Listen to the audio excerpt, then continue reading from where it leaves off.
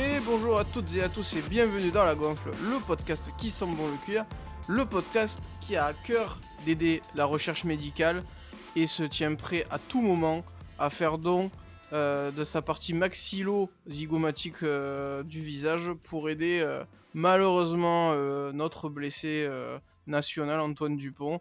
Vous avez compris que ce sujet aujourd'hui va un petit peu alimenter toute l'émission. On va revenir sur ce qui s'est passé à la Coupe du Monde depuis la victoire contre la Nouvelle-Zélande. On a fait un match laborieux avec les remplaçants contre l'Uruguay avec une victoire malgré tout au bout, avant d'exploser la Namibie au stade Vélodrome, un match que j'ai eu la chance d'assister, d'aller le voir directement sur place à Marseille. Et pour en parler, je prends mon pilier préféré. Grosse dédicace à toi qui a repris le rugby sur les terrains, les vrais terrains avec l'odeur de la pelouse ce week-end. Mon pilier préféré, salut Pierrot. Bonsoir Simon, bonsoir tout le monde, les amateurs de sport et les amateurs de rugby en général. Ouais, ce soir on va pas déroger à la règle, hein, on va suivre un peu la tendance, on va parler du match qui nous attend bientôt et surtout de la blessure d'Antoine Dupont et est-ce qu'il va pouvoir être sur pied et à quel moment surtout puisque il y a plusieurs interrogations qui se soulèvent, Simon. Et c'est vrai que on va aborder sûrement l'Italie. Alors, si la logique est respectée, d'ailleurs, on n'a pas le même avis là-dessus. Moi, je vois l'Italie capable de faire l'exploit. Toi, tu es un peu plus réticent. Et en même temps, on va pas t'en vouloir parce que c'est quand même, malgré tout, la logique qui serait plus que respectée, c'est fort probable. Mais je sais pas, moi c'est une intuition. Mais oui, on va jouer sûrement un huitième de finale, en fait, contre l'Italie. Malheureusement, Antoine Dupont, contre la Namibie, a subi un plaquage plus qu'interdit. Il a pris un choc tête contre tête. On a longtemps suspecté même une fracture du plancher orbitaire, ce qui lui aurait empêché une totale reprise de la Coupe du Monde. Presque heureusement, j'ai envie de dire, il s'agissait seulement d'une fracture maxillo-zygomatique. Alors pour ceux qui le savent pas, la partie maxillaire, c'est quand même très utile quand vous mâchez, notamment, et quand vous placez votre mâchoire. J'ai pas fait d'études de médecine, mais bon, c'est quand même un des seuls mots que je connaissais. Et les zygomatiques, bah, c'est tout simplement ce qui permet notamment de sourire. Je me souviens que Marquinhos avait eu une fracture des zygomatiques, ou alors c'était Thiago Silva. Je sais que l'un des 2, je crois que c'était Thiago C'est Silva, ouais. Thiago Silva qu'on avait vu Ouais, avec c'est ça, avec un avec le masque masque. justement. C'est en remettant l'image du masque que je me suis rappelé Ouais. que c'était Thiago Silva. Donc c'est pas une blessure que les fans de ballon rond, notamment, ignorent.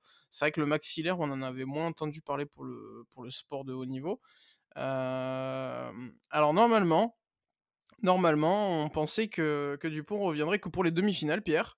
Ça parle déjà du quart de finale, avec un éventuel masque à créer, et certains, dont William Servat, se posent la question pour l'Italie.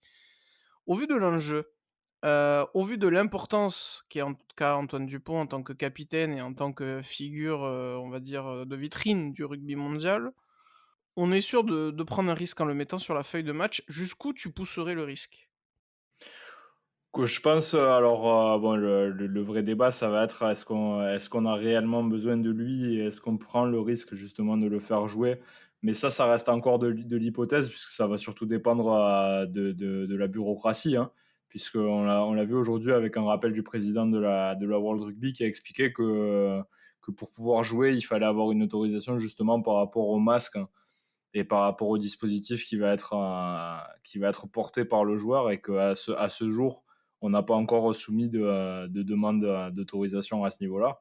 Donc pour l'instant, on reste dans l'hypothétique et on peut toujours se faire avoir si jamais la World Rugby décide de faire traîner le dossier.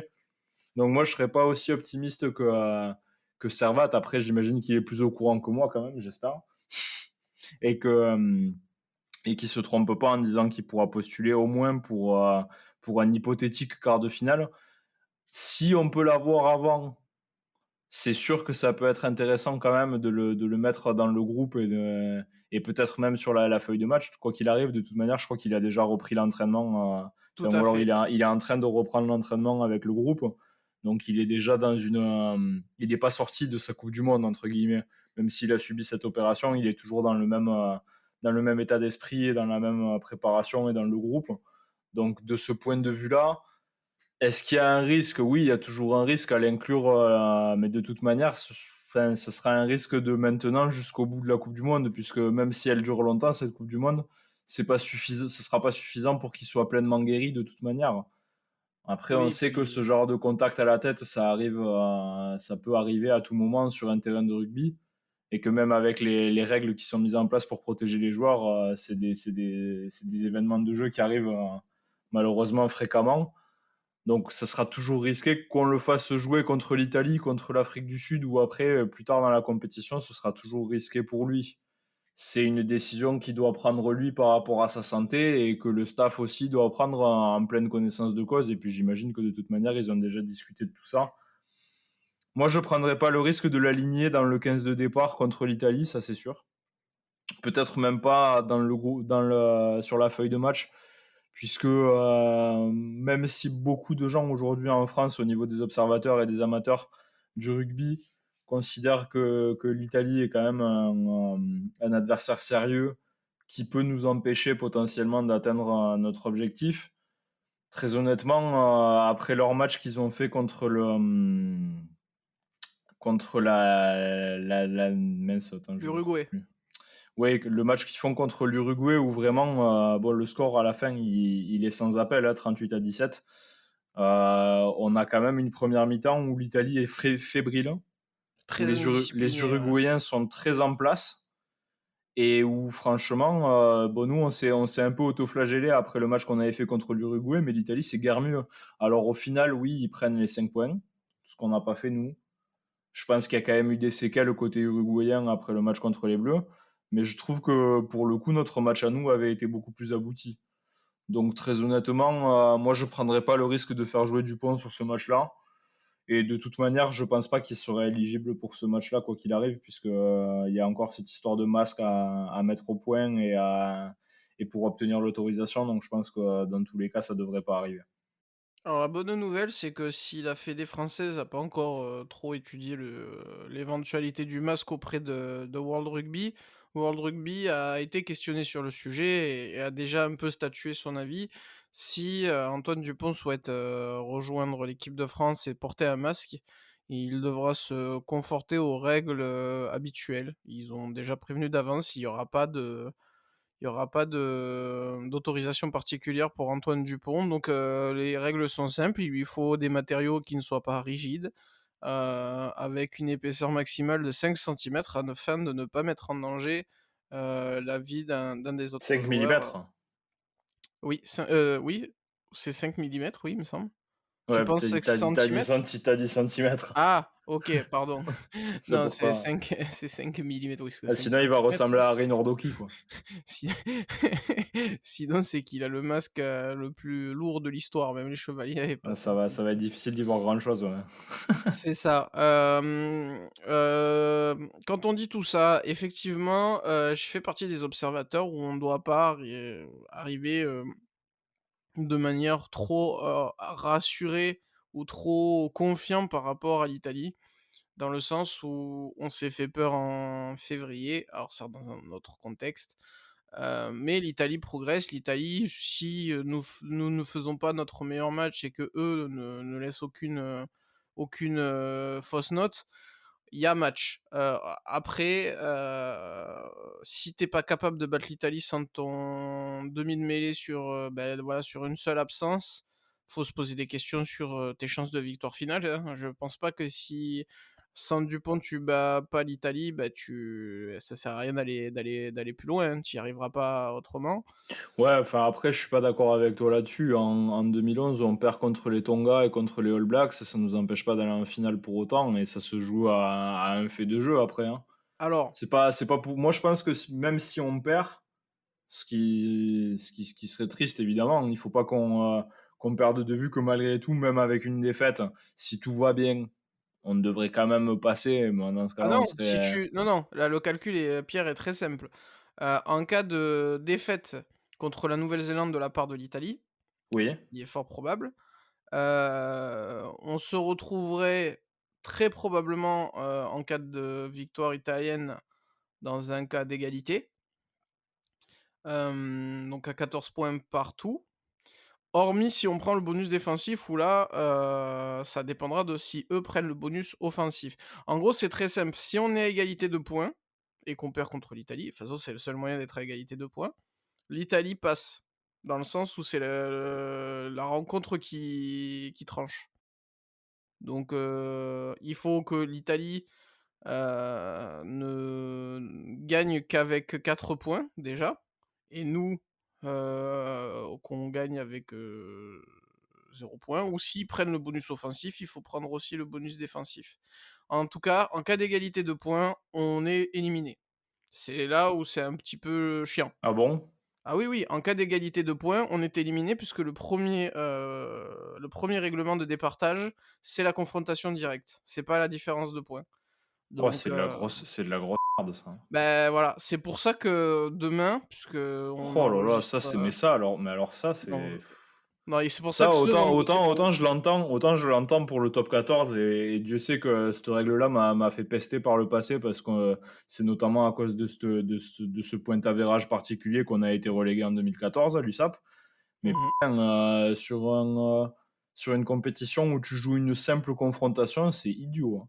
Après, il y a aussi un cas de figure où on pourrait se retrouver en égalité à 3 avec, la Nouvelle-Zélande et l'Italie et dans ce cas-là, étant donné qu'on serait dans un triangle, Ouais, sans fin, un peu comme Toulouse, Leinster et La dans Rochelle, ce cas-là, ça sera la différence, c'est le point globale. avérage et les Ouais. 96 points, Oui, bah oui. infligés aux Namibiens, un certain écart quand même contre l'Uruguay finalement et un certain écart contre la Nouvelle-Zélande va beaucoup nous aider puisque, on a fait le plus gros score de la coupe du monde pour le moment, contre la Namibie sans encaisser de points.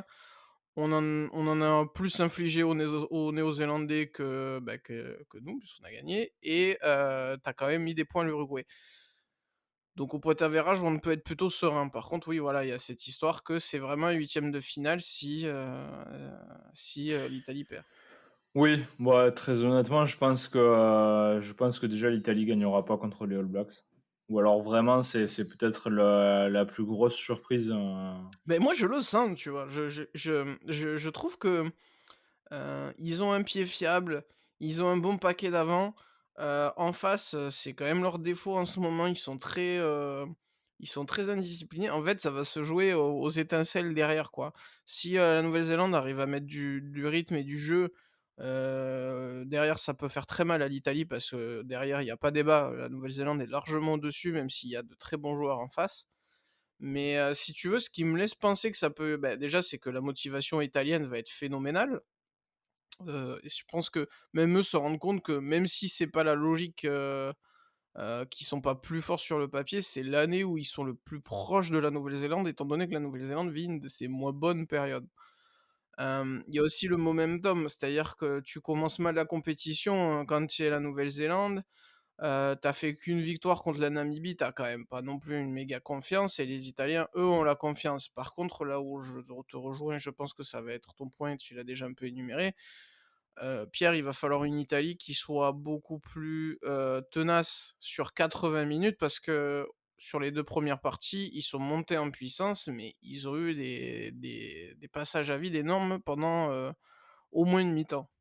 Oui et puis justement, en fait, s'il y a une équipe qui est capable de faire feu de tout bois et d'exploiter, le moindre passage à vide, c'est bien les All Blacks. On l'a vu d'ailleurs dans le match contre nous, hein, qui a eu lieu sur la première journée de la coupe du monde. Les All Blacks, ils font pas un match de dingue, pourtant ils marquent sur leur seul temps fort, qui sont au début justement où nous on n'a pas forcément été très rigoureux sur les premières actions du match et sur le début de la seconde mi-temps. Je pense que justement c'est peut-être là que ça va se jouer demain entre les All Blacks et l'Italie. C'est justement sur ces phases un peu descendantes qu'ils ont, les Italiens. Malgré leur hausse en termes de niveau, ils ont quand même pris des points bêtement contre toutes les équipes qu'ils ont rencontrées pour l'instant. Alors certes, Ils encaissent ça, des ça les essais, a hein, pas d'ailleurs. empêchés, ça les a pas empêchés d'étrier la Namibie et de faire leur Coupe du Monde après ensuite contre l'Uruguay, mais ils ont pris quand même pas mal de points contre ces deux équipes qui sont pas forcément flamboyantes, hein, on va pas se Mmh. mentir. Tout à fait. c'est vrai. Très honnêtement, il va falloir être plus solide demain défensivement. Après, offensivement, j'ai pas peur du fait que les Italiens, ils arrivent à faire des trucs et à marquer des points, puisque justement, ils ont quand même cette folie-là et qu'ils ont montré par le passé qu'ils avaient une attaque. Demain, il faudra montrer qu'ils ont une défense, qu'ils sont sérieux et qu'ils sont capables justement d'être disciplinés et de bien se ressaisir contre la Nouvelle-Zélande, puisqu'il va y avoir des moments où clairement ça va être trop rapide pour eux, je pense. Même Oui, et si puis on a toujours ces reproches à faire aux All Blacks, je suis en train de regarder la compo. Bon, il y a toujours des il y a de choses la avec lesquelles qualité, je hein. suis pas d'accord, Il y a de la mais qualité. il y a quand même une équipe qui sera très solide demain. Donc, on verra bien, mais personnellement, je ne m'attends pas à un exploit. Je pense que les All Blacks ont suffisamment souffert contre nous, mentalement, de prendre ce genre de contre-performance. Ils s'étaient bien repris contre les Namibiens, Namibien, ouais. qui en ont fait les frais, hein, ils ont pris cher. Je les vois pas faire un autre faux pas dans cette Coupe du Monde et j'aurais tendance à dire que c'est l'Italie qui risque plutôt de prendre cher que l'inverse, selon moi. Et donc ça voudrait, donc annoncer bel et bien un match, qui départagerait la France et l'Italie. Et c'est vrai que, bah, c'est pour revenir au sujet, malgré tout Antoine Dupont, il a aussi frôlé la commotion cérébrale, il a pris quand même vraiment cher. On a des très bons, remplaçants. Je pense qu'il y a eu une époque où parce qu'en vrai on perd notre charnière, hein, sans Dupont, on perd la charnière titulaire parce qu'on a déjà perdu Romain Tamac. Mais il y a des il y a eu des années, je pense que même dans les certaines des plus belles années de l'équipe de France, une charnière Lucu ou même Baptiste Couillou associé à Mathieu Jalibert, on aurait pris tous les jours. On parle quand même de gens talentueux. On a même la chance en équipe de France que la charnière titulaire soit une charnière de club et que la charnière remplaçante soit une charnière de club. C'est quand même un privilège. C'est ce genre de choses qui permet d'ailleurs à certaines nations comme moi je pense, l'Irlande, bon alors là qui flambe totalement, mais qui d'habitude n'est peut-être pas avec un vivier exceptionnel, mais qui se rassure par des automatismes, grâce à leur franchise qui évolue dans la l'ancienne ligue celtique, qui s'appelle maintenant le United Rugby, Championship. Et je pense malgré tout qu'un peu de repos pour Antoine Dupont, ne serait-ce que pour qu'il revienne parfaitement, qu'il puisse se refaire aussi une condition physique, ça me semble quand même tout à fait, logique de le laisser sur la touche. Et puis on va voir aussi ce que vaut cette équipe sans lui. Ça va nous donner quand même quelques enseignements, je sais pas ce que tu en penses? Après, c'est sûr que quand tu perds ton chef d'orchestre, je dirais qu'en plus, que pire que la blessure d'Antabac, celle de Dupont, c'est quand même plus important parce Ah que bah, ben, 3 fois c'est, plus, c'est oui. notre maître à jouer. Après, contre l'Italie, très honnêtement, si on est solide devant et qu'en plus on sait le faire, si on les bouffe devant et que derrière, après, on joue sur des choses simples, ça devrait suffire. On n'a pas forcément besoin sur ce genre de match de se remettre à des coups de génie que peut faire Dupont. Lucu, dans les sorties de balles, il est certes moins performant que Dupont, mais c'est quand même très bon en termes de rythme. Il sait voir les choses lui aussi. Il sait sortir le ballon rapidement quand il le faut et il sait le ralentir. Je pense que ça devrait suffire a priori. Après, c'est sûr que si on envisage le reste de la compétition et un quart de finale, un demi, voire une finale, ce sera très important de réintégrer Dupont. Mais pour l'Italie, un Lucu ou même un Couillou qui sait quand même faire des choses lui aussi de son côté, Un même formidable si attaquant, hein, d'ailleurs. même s'il est beaucoup plus jeune et moins expérimenté que les deux autres. Je pense qu'en fin de match même, il peut justement apporter son énergie et son explosivité justement pour venir enfoncer le clou un peu plus quand on aura fait un travail de sape. Et je pense que c'est vers ça qu'on va s'organiser. On va jouer devant. Je pense qu'on va essayer de les prendre très très dur parce que ça reste les choses qui nous ont beaucoup rassurés quand on a joué contre l'Uruguay. C'était un des seuls points positifs que j'ai tiré du match personnellement, notre jeu de devant, puisque derrière c'était pas loin d'être catastrophique, très honnêtement. Ah, c'était chaotique, hein, ça se joue à pas grand chose qu'on prenne plus cher. et on a vu un manque de cohésion collective qui était un peu flippant. Et d'ailleurs dans cette optique-là, ce qui est très bien d'ailleurs de mettre, bah, 2 remp enfin nos 2 remp 2 demi-de-mêlée remplaçants habituellement, aussi, c'est que tu vas avoir, les deux profils qui peuvent, se compléter. C'est-à-dire que tu as un Lukaku qui va quand même prendre, on va dire, une espèce de stature de presque de patron malgré tout. Pas comme Antoine Dupont peut le faire parce que c'est difficile de comparer, mais qui est très gestionnaire, qui est capable, de placer un peu le curseur de son équipe, sur le tempo, sur la façon de sortir les balles, de jouer, il dirige vraiment son équipe quand il amène, un pack. Et tu as un Baptiste Couillou qui est capable d'enflammer un peu le jeu, de se montrer incisif, et d'obliger, on va dire, un petit peu, les défenses à resserrer autour des rucks et de pas laisser la moindre faille parce que, bah, il sait très bien les prendre, il nous l'a montré il y a pas très longtemps donc pour ça, c'est très bien. En tout cas, si le destin, et nos prédictions sont justes et ben, on serait qualifié en quart de finale à la première place, Pierre. Et à ce petit jeu, rien n'est fait puisqu'il y a même il y a encore une possibilité que l'Irlande soit éliminée, l'Afrique du Sud, ce sera plus compliqué qu'elle finisse éliminée d'ailleurs, c'est un peu paradoxal, mais l'Irlande a, réussi son pari de battre, l'Afrique du Sud, qui serait donc notre, futur adversaire et ça voudrait dire que l'Irlande irait on va dire dans un côté du tableau, qui serait pas loin d'être du pain béni puisque ça croiserait, la Nouvelle-Zélande certes en quart de finale, donc tu auras cette problématique, qu'a le 15 de France de passer un quart de finale très compliqué.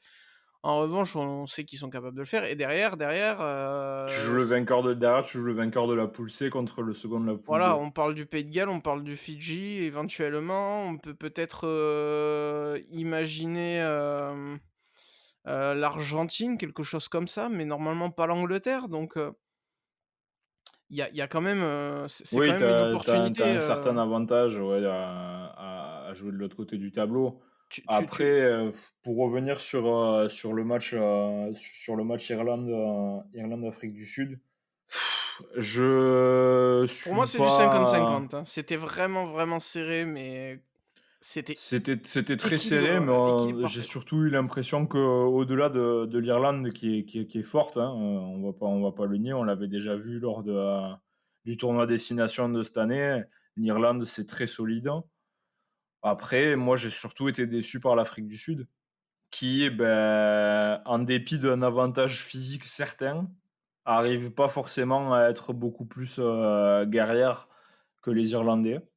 Ouais, Alors, c'est vrai c'était équilibré, on ouais. s'est beaucoup émerveillé devant le physique et le combat des Sud-Africains, mais au final, oui, c'est vrai que l'Irlande propose aussi à ce niveau-là, c'est des bons clients et c'était peut-être la fiche la plus intéressante à regarder de cette phase de poule, hein.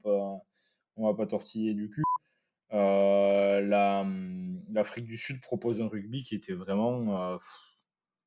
C'était. Enfin, Bah, moi, je c'était suis déçu parce que stéréotypé, hein, c'était stéréotypé, hein, comme voilà, d'habitude. je suis déçu parce que j'aime bien le rugby de l'hémisphère sud et que, comme beaucoup de personnes qui ont grandi avec le rugby des années 2000, on a tous fantasmé sur le Super Rugby et sur le Four Nations, qui proposait souvent des choses différentes de ce qu'on voyait en Europe, hein, et qui nous faisait rêver, simplement. Aujourd'hui, on voit les All Blacks, ils sont dans le creux de la vague. L'Australie, ils font n'importe quoi. Et l'Afrique du Sud, bon, bah oui, certes, ils sont costauds, ouais, ça s'envoie. Mais à côté de ça joue pas un rugby. Enfin, ils peuvent faire beaucoup mieux que ça, hein. Quand tu vois les mecs qu'ils ont sur les ailes, qu'ils ont à l'arrière, quand tu vois la Vista Calibok, alors certes, il botte pas très très bien, mais purée, ce qu'il est capable de faire quand il regarde le jeu, tu te dis quand même, il y a moyen de faire des choses plus sympas que de faire ce match qu'ils font contre l'Irlande, quoi. Bah, le problème, c'est que tu joues avec une paire de centres qui, dans énormément de nations, serait 3e ligne centre, quoi. Ouais, Heu, franchement, moi D, c'est je. Grégory Aldrit, quoi, c'est pas un jeu d'arrière. Enfin, on sait que le rugby s'uniformise, les gros sont de moins en moins gros, les petits de derrière ou les légers de derrière sont devenus de plus en plus costauds. N'empêche qu'il y a quand même un esprit, c'est-à-dire que le rugby, ça reste un jeu de pack, avec, les avants et des 3/4 qui sont là pour amener du mouvement, de l'évitement, moins dans le combat et l'Afrique du Sud, en fait, c'est que ils sont tellement forts dans ce qu'ils savent faire que ça les porte très loin parce que ça te donne, un certain avantage dans les fondamentaux, ça te fait récupérer beaucoup de ballons parce que tu pousses ton adversaire à la faute. Mais on a vu une défaillance majeure, Pierre, et face à une équipe de France qui, joue avec, Thomas Ramos, qui peut jouer avec Mathieu Jalibert aussi à ce domaine, voire même Melvin Jaminet. Quand tu ne rentres pas autant de coups de pied, ça va être très compliqué d'aller chercher des victoires et j'ai envie de te dire que ces défaites-là, elles conditionnent énormément leur mondial parce que autant ils ont plus l'habitude de jouer la Nouvelle-Zélande qui les connaît mieux et c'est pas forcément un avantage d'avoir une équipe qui te connaît, par cœur, comme, même si c'en est un pour toi. Jouer l'équipe de France, tu sais que les moindres points qu'il faudra aller chercher, a priori, ils vont les mettre. Tu pars déjà avec un déficit de points si on se base sur ce que tu nous montres pour le moment. D'ailleurs, est-ce que Pollard va pas revenir sur le terrain pour cela? Est-ce que c'est pas pour ça qu'ils l'ont rappelé? Je sais pas ce Ben, que tu en penses, mais pour eux, les All Blacks étaient une meilleure nouvelle que l'équipe de France, alors que pour l'Irlande, j'aurais eu tendance à dire l'inverse, tu vois? bah, oui, de toute façon, c'est très simple. Depuis, depuis novembre dernier, on a joué les 2 équipes, hein. On a joué l'Irlande et les All Blacks. L'Irlande et l'Afrique du Sud qui seront, bah, du coup, a priori, nos prochains adversaires, hein. On a battu l'Afrique du Sud, on n'a pas battu l'Irlande. Donc à ce jeu-là, la logique a été un peu respectée. Après, ça s'explique, hein. Il y a plusieurs facteurs qui expliquent ça et qui démontent un peu cette logique, puisque bon, ça reste. On a joué l'Afrique du Sud dans un test match à Marseille, hein, et on a joué l'Irlande, on les a joués chez eux pendant le tournoi Destination, et ils étaient en lice pour le Grand Chelem. Par Donc contre, c'est deux contextes complètement différents. tu en partie joué le match contre l'Afrique du Sud, je dis bien en partie, sans Antoine Dupont. Mais c'est surtout qu'en plus, ce match contre l'Afrique du Sud, on a joué leur jeu. C'est-à-dire qu'on a eu un match qui a été vraiment une boucherie Que tu as vu sur place, hein, physiquement. d'ailleurs, hein. Où justement, oui, on n'a pas du tout choisi de faire jouer notre avantage à nous, qui est celui du jeu et de la créativité. Où on a choisi de jouer sur leur terrain en première mi-temps, en prenant le parti qu'on allait les bouffer justement sur la profondeur de banc, et c'est ce qui s'est passé.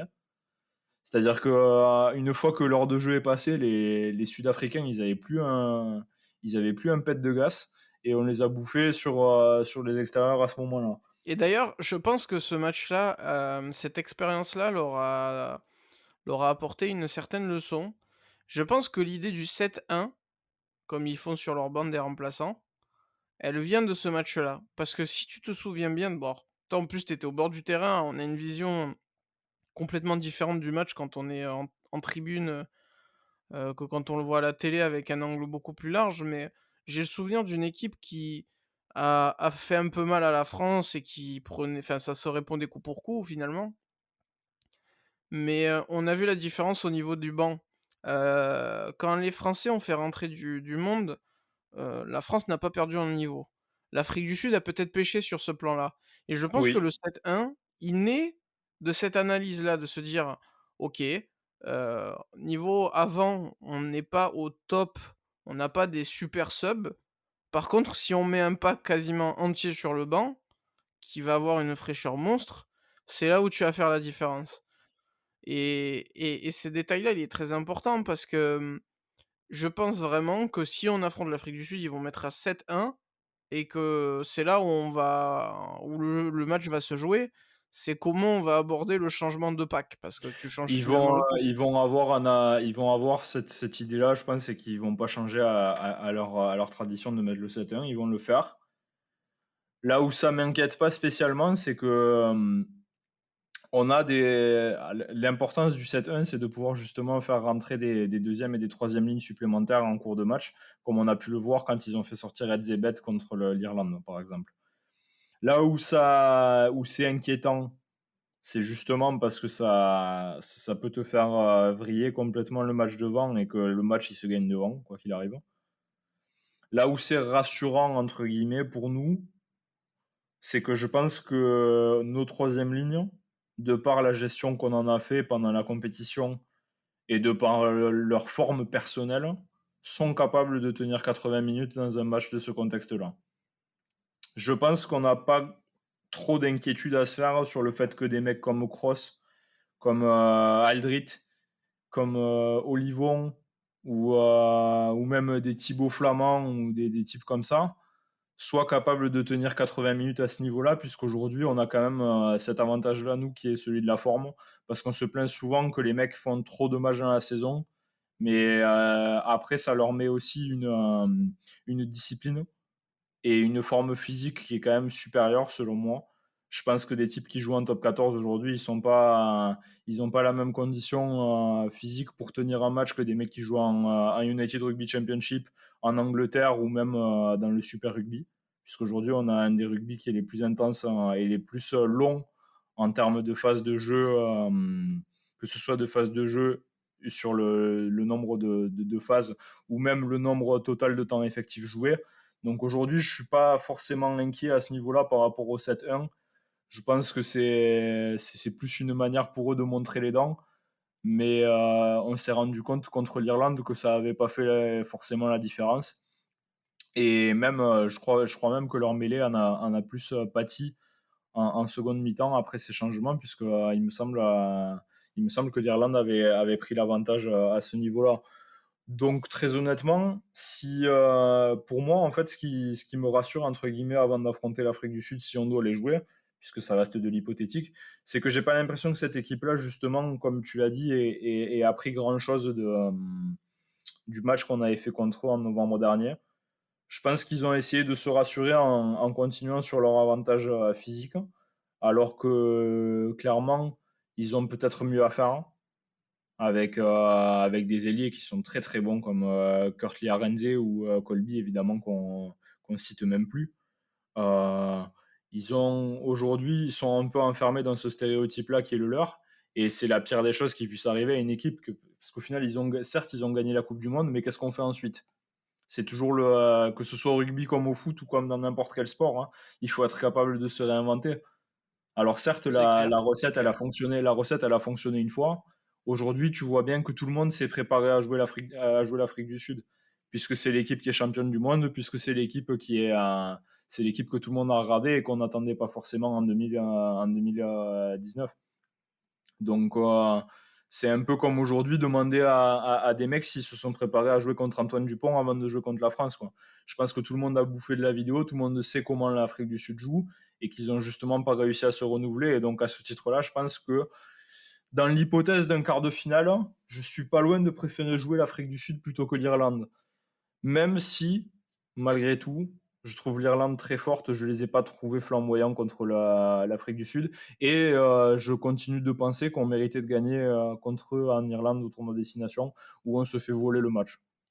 Alors, je sais pas si on se fait voler le match. Par contre, il y a une certitude que j'ai, c'est que, hem, d'ailleurs, c'est très marrant parce qu'on a entendu des spécialistes dire que, l'Afrique du Sud, voilà, quelle victoire de l'Irlande, parce que l'Afrique du Sud, c'était l'équipe qui faisait peur à tout le monde, et cetera, et cetera. Oh les gars, heu, enfin, vous êtes tous enflammés sur la victoire contre les All Blacks qui était c'est vrai très impressionnante. Maintenant, c'est voilà, c'était une énorme erreur de voir les Sud-Africains comme, des épouvantails, imbougeables, et ce serait une erreur de croire que l'Irlande, elle est capable, d'aller au bout et qu'elle n'a pas de failles. Oui, elle est capable d'aller au bout, mais oui, elle a des failles. Malgré tout, ils ont ils ont rendu une, copie beaucoup moins sale et beaucoup plus propre en par conséquent que l'Afrique du Sud, que les Springboks. Et pourtant ça se joue à rien.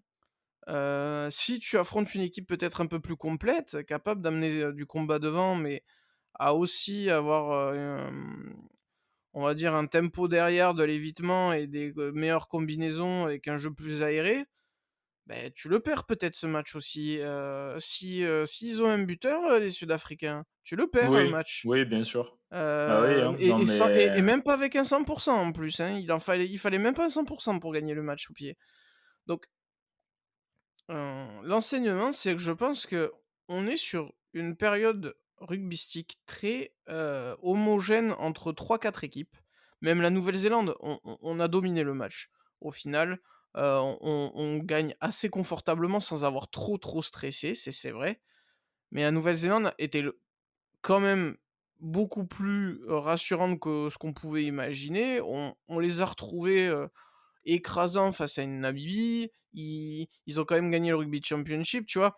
Il f enfin et même l'Angleterre, tu vois? L'Angleterre qui a mal commencé, son année 2023, qui avait pas gagné avant la coupe du monde. Ils avaient pas gagné, depuis le tournoi, avant la coupe du monde, tu vois? Enfin, il fallait revenir au tournoi pour une victoire de l'Angleterre et là, beh, c'est pareil, ils sont chiants à regarder, ils sont horribles à regarder les Anglais. Mais demain, dans un match où il pleut, dans un match à enjeu, où le jeu est forcément un peu moins développé, non, mais est-ce qu'au ça peut final, taper l'Irlande avec de la stratégie, hein. le renouveau de l'Angleterre et des Gallois, il est pas dû au fait que leur poule, elle soit éclatée au sol?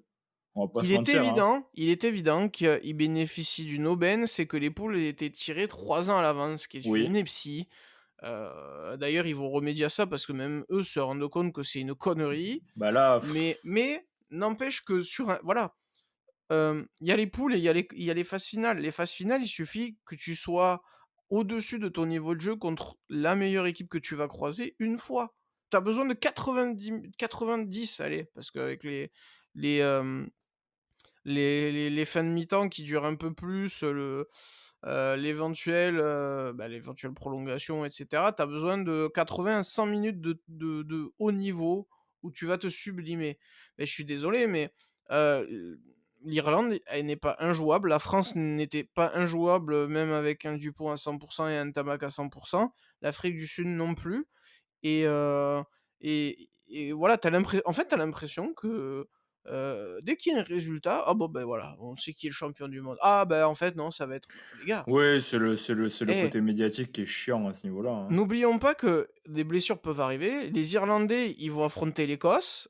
L'Écosse, elle va pas être, là pour, trier les oignons, hein. Elle va être là pour gagner. Elle peut même se qualifier dans une hypothétique victoire bonifiée sans laisser le bonus défensif, aux Irlandais. Attention à pas voilà, c'est un peu comme avec l'équipe de France. Ne croyons pas que le quart de finale est trop acquis, enfin, il faut le jouer le match malgré tout et voilà, on l'a vu, on l'a vu, hein, avec, la France-Namibie, un carton rouge, ça peut arriver très, très vite. Et je pense que c'est là aujourd'hui où on va dire que le rugby va se dessiner et la coupe du monde aussi.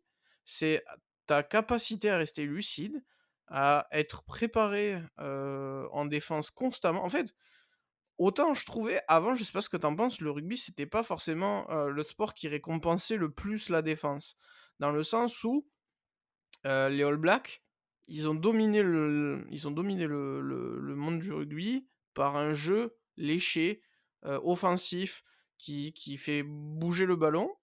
Là, on est sur une coupe du monde et c'était le cas en 2019, ne serait-ce qu'avec la finale entre l'Angleterre et l'Afrique du Sud où tu vas gagner sur ta capacité à ne pas faire de fautes, à tenir la cadence et à pas faire, des erreurs, dues à un manque de lucidité parce que, Yohan Daysel, c'est un des rares joueurs, namibiens qui joue à un niveau, plus que correct, parce que je crois qu'il joue en Pro D2.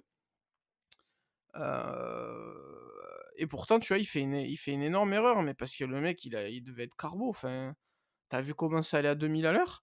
Donc, moi, j'invite un peu tout le monde à se calmer, à prendre un peu du recul, parce qu'annoncer à chaque fois les vainqueurs, comme en 2019, je sais pas si tu te souviens, et je sais pas du coup ce que tu en penses, hein, de tout ça, mais en 2019, on disait, bon, ben, l'Angleterre va étriller l'Afrique du Sud.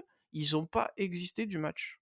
Oui, bon après il y a toujours l'histoire du contexte et je pense que en 2019 les Anglais avaient beaucoup souffert du match contre les All Blacks, qui avait été peut-être et qui était d'ailleurs, à mon sens, le match le plus abouti et le plus, relevé de la coupe du monde. Pour moi, c'était la Il y vraie avait un finale, elle sacré était là. niveau, ouais. La vraie finale, elle était là, puisque quand même, on a comment ça s'appelle? On a un tableau qui est similaire hein, en termes de qualité, c'est-à-dire que les Sud-Africains, ils tapent le Japon en quart de finale, ce qui est assez exceptionnel quand même de les retrouver là. Ils enchaînent avec le Pays de Galles qui avait gagné sur... Enfin bref, j'ai pas envie de reparler de ce match. Qu'on a vu ensemble. Alors que les Anglais, ils enchaînent l'Australie, c'était pas l'Australie de cette année. Tu tapes les All Blacks ensuite, bon, c'est Ouais, quand même pas le même, c'est quand même pas le même contexte et pas la même fatigue. Et quand on y repense, c'est vrai qu'on on se dit que peut-être ils ont subi justement de ça. Après, oui, comme tu le dis, le problème, c'est que le problème ou pas entre guillemets, hein, c'est toujours la spécificité des coupes, c'est qu'il suffit d'être performant. Il suffit entre guillemets, hein, parce qu'il faut quand même le faire, hein, d'être performant pendant 80 minutes et ça peut passer. Ça peut passer sur un malentendu et c'est pour ça que c'est intéressant justement ce format-là. Hein. Après, pour parler de l'importance de la défense et de justement ce changement-là qu'on remarque et que je partage ton constat là-dessus, sur la prépondérance de la discipline et de la défense par rapport à l'attaque, c'est non seulement, selon moi, dû à deux choses. Au jeu européen, d'une part, puisqu'on a toujours eu justement, nous, cet aspect de discipline et de jouer plus la défense que l'attaque, pas forcément la France, mais plus les équipes en général, hein, d'être solide et de se rassurer sur ça que de jouer le risque, justement. Là où les équipes du Sud, et ce qu'elles font plus malheureusement de nos jours, qui étaient justement dans ce rugby décomplexé où, où tu limite relançais les tout le mecs temps, ouais. ils t'expliquaient que tu t'en foutais d'en prendre 40 tant que t'en marquais 45. Ouais, c'est vrai. C'était ce postulat-là et c'est quelque chose qu'on voit de moins en moins dans le rugby mondial et qui a quasiment disparu, qu'on voit quasiment plus qu'en championnat des provinces néo-zélandaises. Il y a ça, et il y a aussi ce qui est inévitable avec la professionnalisation, qui est le gabarit des joueurs. C'est-à-dire que c'était plus facile de jouer l'attaque et de jouer l'explosivité et justement la création quand les types ils faisaient pas tous 1m90 et 120 kg. D'ailleurs, Aujourd'hui, il fait la même taille il fait la même taille qu'à la création du sport, sauf que les types, ils ont pris 2 à 3 fois le volume qu'ils avaient de base. C'est presque plus flagrant à regarder que quand tu regardes un match de foot où tu as l'impression que dans les années 70, le terrain, il faisait 2 fois la taille parce que les mecs, ils couvraient à 2 à l'heure. Au rugby, c'est encore pire que ça. C'est-à-dire qu'aujourd'hui, il y a quasiment. Tu regardes un rideau défensif normal d'une équipe qui a des prétentions sur quoi que ce soit, il n'y a quasiment pas de place. C'est-à-dire que tu dois enchaîner 3 ou 4 phases de jeu pour créer de l'espace sur le côté. Et même là, si l'équipe d'en face elle est à peu près carrée et qu'elle fait son boulot, c'est très difficile de créer de l'espace et de l'exploiter. Donc forcément, ben, aujourd'hui, tu as plus un avantage à être rigoureux en défense parce que justement, c'est quelque chose sur lequel tu as la prise et qui est plus facilement réalisable qu'à une époque où, oui, à l'époque, tu avais forcément, enfin, tu regardais les matchs à l'époque, oui, tu avais forcément de l'espace. Il suffisait de faire une feinte ou de faire une croisée et ça libérait déjà la place pour y aller limite tout seul. Donc forcément, je pense que tant qu'on en reste là en termes de physique et de taille de terrain, c'est compliqué d'attendre beaucoup de choses offensivement des mecs quand la seule possibilité que tu peux exploiter, c'est justement une erreur défensive et ce qu'on fait et ce que font les génies du rugby comme Antoine Dupont, qui arrivent justement à créer cette différence là où elle n'est pas. On ne peut pas attendre aujourd'hui d'une équipe qui a pas ce génie-là de faire des miracles. Quoi. d'ailleurs, on se rend même compte que d'ailleurs c'est un schéma de jeu, presque préférentiel aujourd'hui pour la France et pour l'Italie, ça tombe bien. Les attaques sont tellement devenues stériles par le jeu classique, de faire passer le ballon, de fixer, normalement et de jouer latéralement, que maintenant on attaque en vertical. Je sais pas si tu avais remarqué, l'équipe a fait un sujet là-dessus très intéressant. Maintenant on attaque en vertical pour, laisser monter la défense sur, le porteur du ballon et avoir une course qui soit aussi pratique, que ce soit à gauche ou à droite, pour voir là où l'espace se libère. Mais bien Et sûr, en fait, et aujourd'hui, et ouais, je et pense voilà. qu'à ce niveau-là, ça sert plus à grand chose de faire des attaques, placées en étant lancées. Parce qu'au final, la plus grosse erreur que peut faire l'alignement, c'est justement, d'être au départ bien aligné, justement à l'arrêt et de se disperser ensuite comme on a pu le voir sur l'essai d'Ntamak en finale de top O 14. Oui, et puis on se rend compte aussi que moi j'avais pas cette impression plus jeune qu'on pilonnait autant devant dès qu'on s'approchait de la ligne et qu'on choisissait d'écarter quand même beaucoup plus vite qu'aujourd'hui, où tu pilonnes, tu que ça se consomme trop, que, ben, ça resserre la défense et que ça laisse des largesses, tout au bout, et que tu transmettes soit, bah, par des passes, soit par du pied, hein. D'ailleurs on l'a très bien vu contre la Namibie, hein. On a dès qu'on C'est une pilonnait, qu'on question ça, avançait. c'est une question de risque contre, rendement. Oui, Le voilà, retour, on est sur des schémas très très très scientifiques et très, bah, tu as mathématiques, des avants tu des avants qui tiennent plus le ballon aussi et aujourd'hui, hein, et et à ce voilà, à ce jeu-là, c'est là où d'ailleurs, les équipes, alors, bah, ils sont pas du tout en forme, mais les Argentins, comme les Français, bon, les Italiens ont pas le niveau, a priori, d'aller au bout, hein, largement, enfin, c'est même certain d'ailleurs, et je dirais même, je mettrais peut-être les Gallois maintenant là-dedans quand même.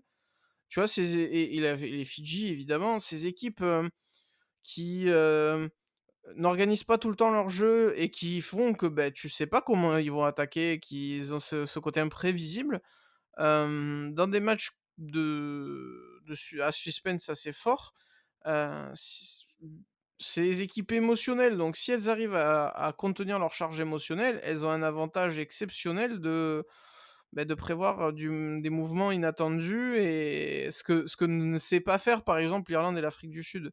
Et c'est pour moi où, malgré tout, le groupe A, il a peut-être, toutes ses chances de voir, le champion, dans sa poule. C'est parce que la Nouvelle-Zélande et la France ont encore ce côté intrépide, ouais, c'est le côté total, en fait. bien C'est le que c'est Smith, c'est le rugby total. oui, bien que Smith essaye de complètement pourrir le jeu néo-zélandais, alors, leur inculquer la chandelle. Mais, voilà, malgré tout, tu vois, ils ont cet avantage-là, et c'est là où va falloir que les Irlandais, les Sud-Africains ou toute autre équipe montrent la qualité défensive pour pallier à toute incertitude, dans le jeu offensif adverse. Bon, c'est un débat qui peut être très long, mais, voilà, tout ça pour dire que je pense que tu seras d'accord, l'Irlande n'est pas imbattable, mais, Non, non, laissons les absolument phases pas. finales se dérouler, parce que je pense qu'on n'est pas prêt d'avoir, tout prévu, que ce soit, des événements pas sympathiques pour les uns ou pour les autres, comme des résultats qui peuvent, encore choquer la planète, hein. On rappelle quand même que l'Australie risque de louper, les phases finales pour la toute première fois, que les Fidji risquent de se qualifier, que c'est arrivé qu'une fois, je crois, en quart de finale. Oui, tout à Et fait, ouais. on est malgré tout dans un schéma où la Nouvelle-Zélande va jouer sa qualif contre l'Italie, ce qui aurait été inimaginable avant. Donc bon, je trouve que pour, une coupe du monde où tout le monde dit que c'est joué d'avance, on a quand même des scénarios, que personne n'avait prévus, en tout cas. Donc bon, je pense qu'on peut s'en réjouir. Hem Bah, c'est que l'avantage, c'est que malgré tout, ça reste les poules C et D sont très ouvertes malgré tout. Voilà, et c'est, ouais, voilà, c'est-à-dire aussi que, ça permet à un Pays de Galles et une Angleterre de faire un plein de confiance, et d'avoir des prétentions qu'elles n'auraient peut-être pas eues si le tirage au sort avait eu lieu plus récemment, et qu'aurait offert un tableau beaucoup moins déséquilibré. C'est aussi ça, d'ailleurs, voilà, on a des exemples, tous les 4 ans, il y a toujours une équipe qu'on n'attendait pas dans le dernier carré forcément et qui s'y glisse. J'ai le souvenir de l'Écosse, qui a failli y aller en 2015, si je dis pas de bêtises, du Pays de Galles, ça fait presque 3 éditions qu'ils arrivent à aller en demi, tu sais pas comment. Ouais, le Japon après aussi, Le Japon qui était allé en quart de finale, qui avait battu l'Afrique du Sud avant, aussi, l'Uruguay qui avait tapé les Fidji, le Portugal qui est techniquement encore qualifiable. Donc, voilà, c'était intéressant de discuter sur, oui, comment le jeu il va y évolue, avoir et encore beaucoup de surprises, je pense, de toute manière, beh, la coupe du monde n'est pas bouclée, comme tu l'as dit, ça se joue qu'après à 80 minutes, hein. Ouais et puis, voilà, on a un groupe D où sincèrement, j'ai aucune idée de qui va passer. Alors on va y avoir une idée, Même dans le le C, hein, jeudi même dans soir, le C, très pour honnêtement, hein. Moi, ouais, j'enterrerais pas l'Australie tout de suite, hein. moi, c'est que On surtout peut je toujours voir les Fidji faire une cagade, hein. bah, c'est simple, hein, les Fidji, ils ont besoin de 5 points. Bon 5 points, après, c'est fini. ils jouent la Géorgie, je crois. Ouais. Bon, au vu du match Géorgie-Portugal qui a eu un scénario très triste pour les 2 équipes, hein, malheureusement, parce qu'au final le match nul a arrangé personne. C'est-à-dire que, bon, Ouais, non, c'est ça clair, c'est clair. moi je pense très honnêtement, j'ai envie de croire en les Fidji, mais je pense qu'on a un peu trop enterré l'Australie qui a encore son destin en main. Ah non, non, non, Et ça dépend du bah, Fidji. si, ils peuvent toujours s'ils prennent 5 points et que les Fidji prennent pas 5 points, Oui, mais alors c'est pas eux qui ont leur destin, c'est ouais, les Fidji. certes. C'est les Oui, tu as Fidji. raison. Moi je Mais suis très déçu de la Géorgie pour le moment, donc soit ils se oui, réveillent et ils déjouent les pronostics, soit ils vont envoyer les Fidji en quart de finale. Après, il y a un il y a un scénario où la Géorgie gagne les Fidji, le oui Portugal bat et le l'Australie Portugal bat l'Australie et et c'est et alors là, c'est exceptionnel, hein. Ce bah, dans ce cas-là, serait, ce sera celui exceptionnel. qui gagne le plus largement parce qu'il y aura ce sera au point average global. Mais Bah non, c'est qu'il y a un match supplémentaire de bah, ce s'il y qu'on a a dit. égalité s'il y a égalité Géorgie-Portugal, Il y a Fidji-Portugal qui pourra trancher. ah oui, purée, ouais, c'est vrai qu'il leur reste encore, ouais, 2 matchs, ouais. On n'est pas au même niveau d'avancement au moment où on Bah, ça enregistre. dépend des équipes, ouais. Donc c'est vrai que là-dessus, on pourrait avoir enfin, ça peut devenir totalement fou, même si c'est pas censé l'être. Ouais, Écoute, ça va être intéressant de voir de tous les côtés, en fait, hein. ouais, non, mais Bah, pour l'instant, la coupe du monde on est à un bon avancement puisqu'on n'est plus qu'à un mois de la fin de la coupe du monde. oui, bah, c'est dans un mois, pile. Mais voilà, je crois qu'on vient d'atteindre la moitié des matchs, joués, des Ouais, matchs à jouer, c'est ça. donc on fait un peu un bilan d'étape, mais il reste encore, beaucoup de questions en suspens. Oui, bah, on a que très peu de qualifiés. Il y en a qu'un à l'heure actuelle qui est qualifié, c'est le Pays de Galles. Et on va devoir, suivre, tout encore avec attention parce que ça risque de changer. Mais en tout cas, ce qui semble être sympa, c'est qu'on va avoir des affiches de quart de finale plutôt inédites.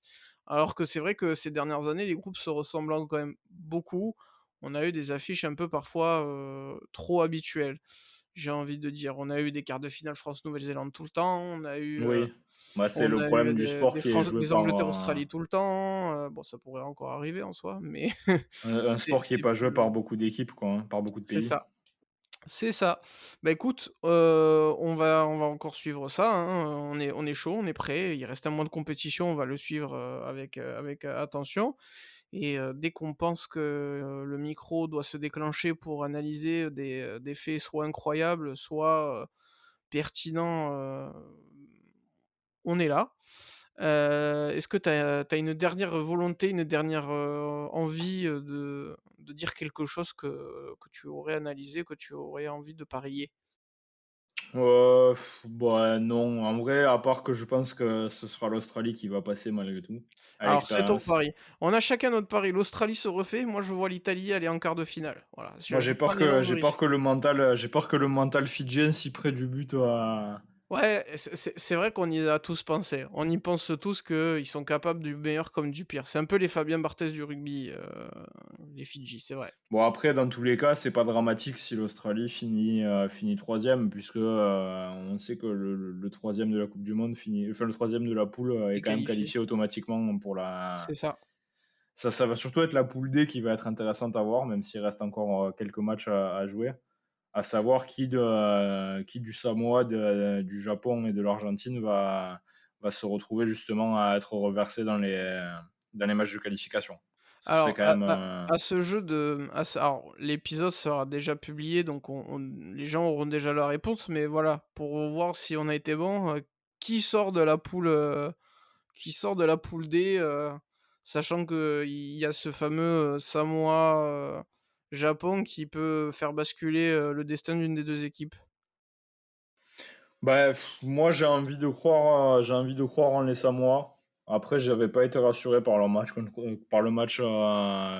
qu'ils avaient fait contre le Chili notamment et Donc tu vois une finale Samoa-Argentine?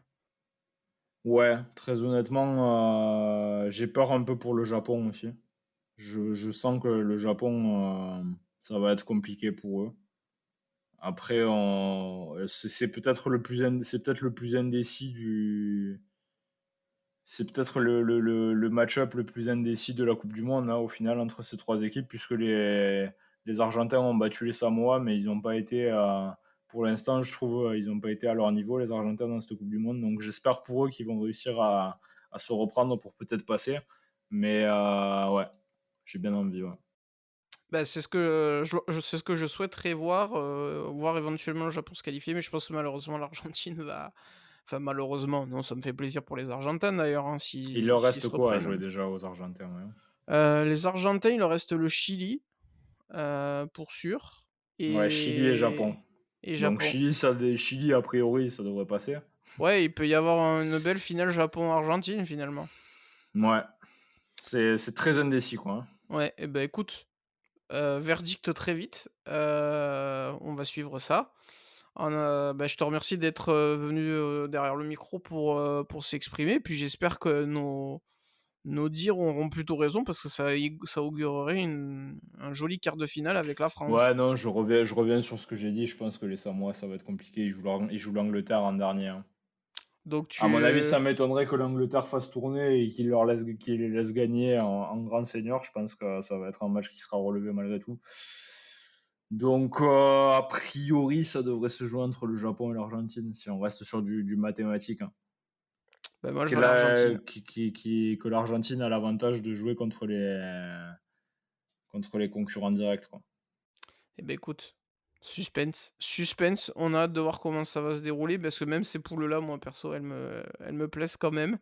Je prends quand même du plaisir à les regarder donc rendez-vous très vite Pierrot pour avoir le fin mot de tout ça. Ah bah oui, bah, de toute façon, on va être devant nos télévisions, hein, quoi qu'il Ah arrive. bah ça clairement nos demoiselles, désespérément approuveront. Heu, beh, écoute, on se tient au courant, et on tient au courant les gonflés, comme on pourrait les appeler, les suiveurs de la gonfle et voilà. En attendant, vous aviez le premier épisode, hein, si vous voulez réécouter un peu notre débrief sur France-Nouvelle-Zélande notamment. Je pense que le foot va vite revenir parce qu'il y a un petit, bazar à Marseille comme à Lyon, où c'est un petit peu complètement fou ce qui se passe en Ligue 1 et je pense que la nomination de Gattuso comme de Grosso, il y a des choses à raconter. N'hésitez pas à nous suivre sur les réseaux, hein, d'ailleurs on fait des stories sur la coupe du monde, on fait des publications, même sur Facebook, un peu sur les 2. On est sur YouTube avec, l'épisode, voilà, suivez-nous.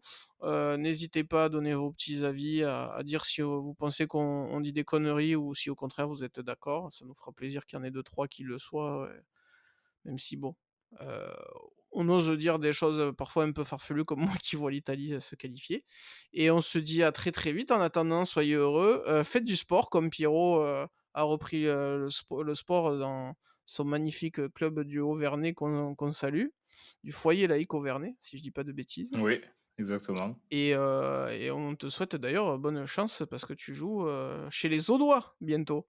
Oui, Bonne chance et écoute, on sera côté catalan, voilà. merci. En attendant, soyez heureux, c'est le plus important. Ciao, ciao. Ciao.